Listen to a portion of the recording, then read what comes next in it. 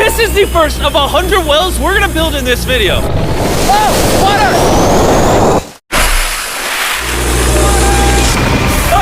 Oh, crap! You just witnessed a small village in Kenya get access to unlimited clean drinking water in less than a second. One down, 99 more wells in Africa to go. You're gonna love this video. Combined, these 100 wells are going to give around 500,000 people fresh water to drink. And after building some more wells on this side of Kenya, we flew south to the school system of Nairiri. And let's just say, they were really happy to see us. How's it going?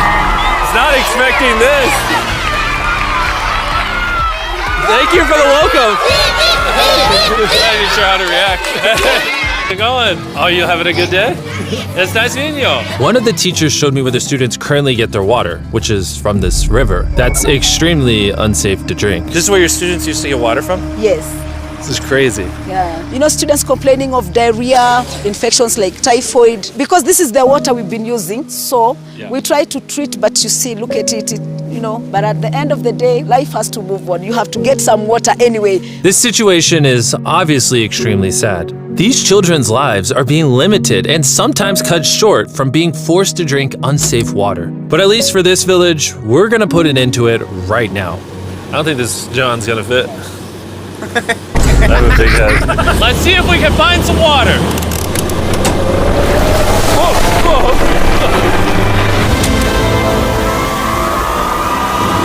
It is raining!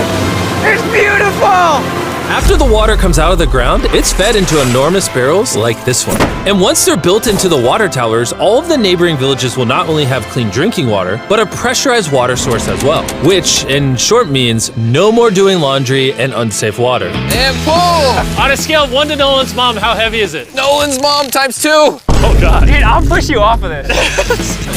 All right, here we go, under control. We built 20 more wells in Kenya, and after we were done, Bro has another well in. Don't worry, I have more water in my other shoe. and just so you know how we built these first 29 wells, we used this giant drill to dig hundreds of feet into the ground, past the polluted sources and into an enormous aquifer of pure drinkable water. After that, we spent time installing pipes so that people all around Africa can access water from spigots like this one in Nairiri. Let's see how it tastes.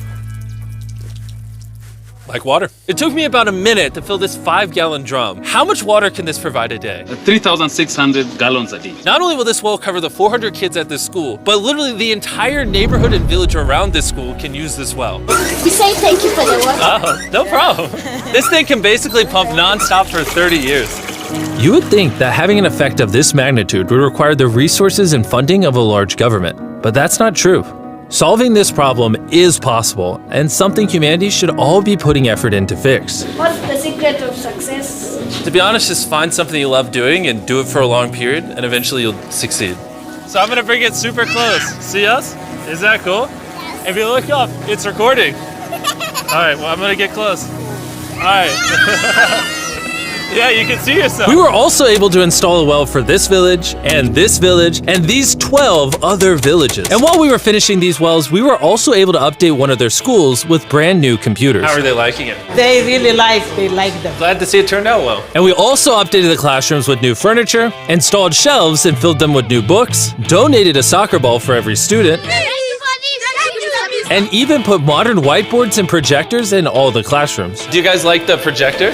We were using a chalk and then a lot of dust, but today everything is clean. We truly appreciate it. No problem. It's the least we could do. But then when we flew out to the site of the 45th well, we realized this community had it even harder. Every time they need to get water, they need to take a treacherous mile-long hike through the jungle. And that mile-long hike also happens to be on a giant mountain. You guys would have to make this trip how many times a day? 2 times. 2 times a day. Oh, wow. So a typical student would carry something like this? Yeah. Oh, God. If 200 students did this every day, how hard could it be? It could be very hard. Oh boy. Dang, this is very steep. We're just walking down this mountain forever. Every day. It was actually surprising how difficult this hike was. And these people go through all of that just to get to the spigot. That's water is still unsafe to drink. This is where you guys get your water from normally? Yes. And filled with water, these jugs can weigh up to 40 pounds, which is insane for these children to be carrying up this The mountain. ladies can carry 2 of those. Oh. I totally can as well, dude. And as soon as these jugs were filled, it was time to head all the way back up. Hurry up, let's go. He's not even sweating or anything. I got it. And now, instead of spending hours a day for unsafe water, their new well is only 10 feet away from the school. So, they can just fill it up here now.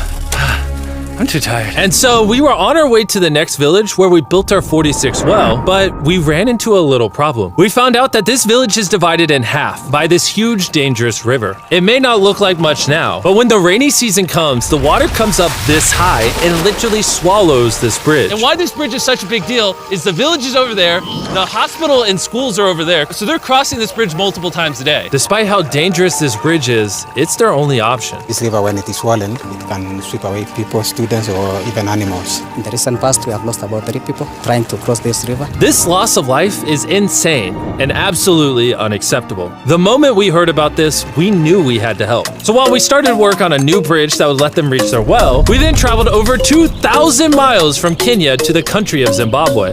We've been in Africa for over a week, and we still have a lot more wells to do. You kind of smell. I know, it's weird. I showered this morning. Wow. Yeah. If you let me finish, I can put my arms down. Can I count on you two to finish these wells with me? Yes.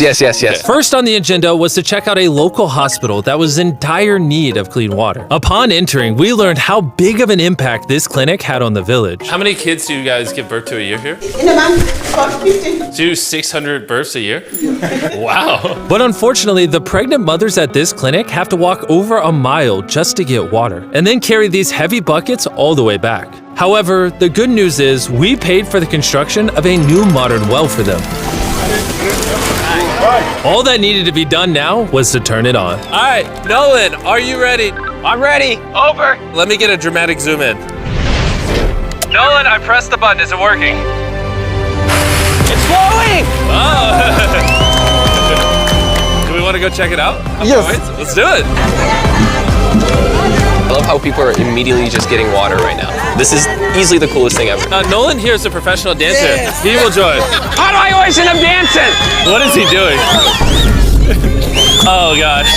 I won't make you watch this anymore. Besides ensuring access to clean water, a lot of the students at this village lack transportation. So we decided to give all of them new bicycles. I know it looks like a lot of kids, but we bought a lot of bikes. Full disclosure, I don't know how to ride a bike. Jimmy only knows how to give away bikes. Never learned how to ride one. Let's break in all the new bicycles. 3, 2, 1, go! Oh, everyone's passing me. Be careful, I don't know how to ride a bike. I don't want to hit anyone. You want to ride it? All right, go for it, little man. Okay. And after giving away the bikes, we continue building wells until we reach well number 69. This solar-powered well is specially designed to aid the farmers in this village by providing more than enough water for all of their crops and livestock, even during the dry season, without any electricity. Each panel is 200 watts. Then it's attached to a pump. The pump can pump 5,000 liters every hour. Basically, it's unlimited amount of water for this entire village. That's incredible. And after we left Zimbabwe, we wanted to continue to give water to communities all across Africa. So we built more wells in Uganda, Somalia, and Cameroon. If you want to see more of what we did in Cameroon, there's a whole video about that coming soon on the Philanthropy channel. Spending time in these villages really made me reflect on the importance of building wells, how it brings water to farms to feed the hungry, how it provides clean conditions for hospitals, and most importantly, how it helps the children of this next generation live long, healthy lives and build the future for all of these communities. We await a new dawn of clean drinking water. Water is life. And with some help from the locals, we finally finished a new bridge that this community can use for the next 100 years. Lives have been saved, families will come together, the worries will be gone. The 100 wells we built in this video will change a lot of lives, but not enough. Which is why before you go, I want to urge you all to go to beastphilanthropy.org/wells or click the link in the description and donate money if possible. We're literally not profiting a dime off this video. 100% of the money we raise is going to go towards building more wells like you saw in this video all around the globe. I know it's weird that a YouTuber has to do all this stuff, but someone's got to do it. And if no one else is, we're going to do it. As you can tell, it really does change the lives of the communities where we build them. And finally, well 100. Oh my God, I'm so sorry.